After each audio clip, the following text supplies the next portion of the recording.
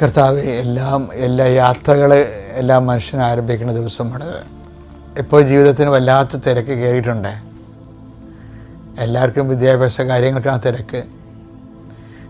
അതുപോലെ തന്നെ മഴയ്ക്ക് മുമ്പ് ചെയ്തു തീർക്കേണ്ട എമർജൻസി കാര്യങ്ങളുണ്ട്. വീട് പണിയുന്നവരുണ്ട്, പെയിൻ്റ് അടിക്കുന്നവരുണ്ട്, അതുപോലെ ഓരോ സാധനങ്ങൾ വരാൻ വേണ്ടി കാത്തിരിക്കുന്നവരുണ്ട്. അങ്ങനെയുള്ള എല്ലാവരുടെയും വർക്കുകളെ നീ ഏറ്റെടുക്കണമെന്ന് പ്രാർത്ഥിക്കുന്നു. കർത്താവെ, കാലവിളംബം വരുത്തുക എന്നുള്ള ദൈവത്തിൻ്റെ പദ്ധതിയിലുള്ളതല്ലെന്ന് പറഞ്ഞല്ലേ, ആ വചനം അനുസരിച്ചുകൊണ്ട് അടിയും പ്രാർത്ഥിക്കുന്ന ഈശോയെ. കർത്താവ്, എത്രയും വേഗം ഒരു വിഷയം നടക്കേണ്ട വിഷയങ്ങൾക്ക് ആവശ്യമായ അനുധാരികളെ നീ ഇപ്പോൾ ക്രമീകരിക്കണമെന്ന് പ്രാർത്ഥിക്കുന്ന ഈശോയെ. കർത്താവ്, വ്യക്തികളിൽ നിന്നുണ്ടാകുന്ന ബന്ധനങ്ങൾ, അവരെ തരാതെ പിടിച്ചു വച്ചിരിക്കുന്ന പണം, തരാതെ പിടിച്ചു വച്ചിരിക്കുന്ന സർട്ടിഫിക്കറ്റുകൾ, തരാതെ ഓരോ കാര്യങ്ങൾ പറഞ്ഞുകൊണ്ട് നമ്മളെ മനസ്സ് മടുപ്പിച്ചുകൊണ്ട് നമ്മളെ മാനസികമായി പീഡിപ്പിക്കുന്ന അവസ്ഥകൾ യേശുക്രിസ്തു ഉന്നതമായ നാമത്തിൽ നീങ്ങിപ്പോകട്ടെ എന്ന് കൽപ്പിക്കുന്നു. എൻ്റെ കർത്താവിൻ്റെ ഉന്നതമായ നാമത്തിൽ, സഭയുടെ അധികാരത്തിൽ, കുരിശിൻ്റെ അടയാളത്തിൽ, ദൈവശക്തിയാൽ നീ ഈശോനാമത്തെ ആശീർവദിക്കപ്പെട്ടെന്ന് പ്രാർത്ഥിക്കുന്നു. കർത്താവെ, നിൻ്റെ ഉന്നതമായ നാമത്തിന് സ്വസ്ഥം ചെയ്യുന്നു.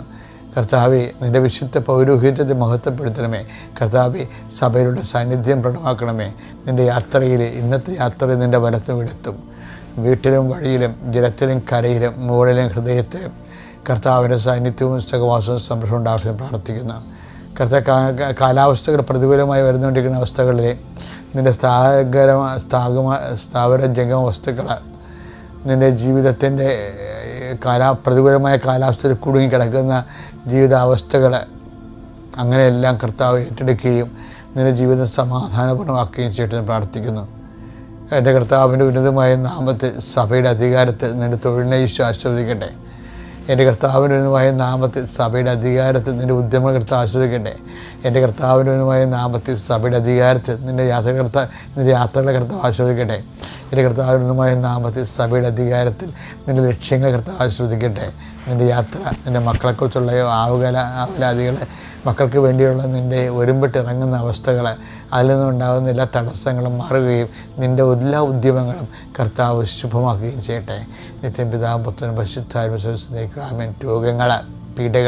രോഗപീഠകൾ മനസ്സ് പതറിപ്പോകാതെ, രോഗപീഠകൾ അതിജീവിച്ചുകൊണ്ട് നീ അതിനെല്ലാം മഹത്വത്തിന് വേണ്ടി കരയേറ്റാൻ കർത്താവ് നിന്നെ സഹായിക്കട്ടെ.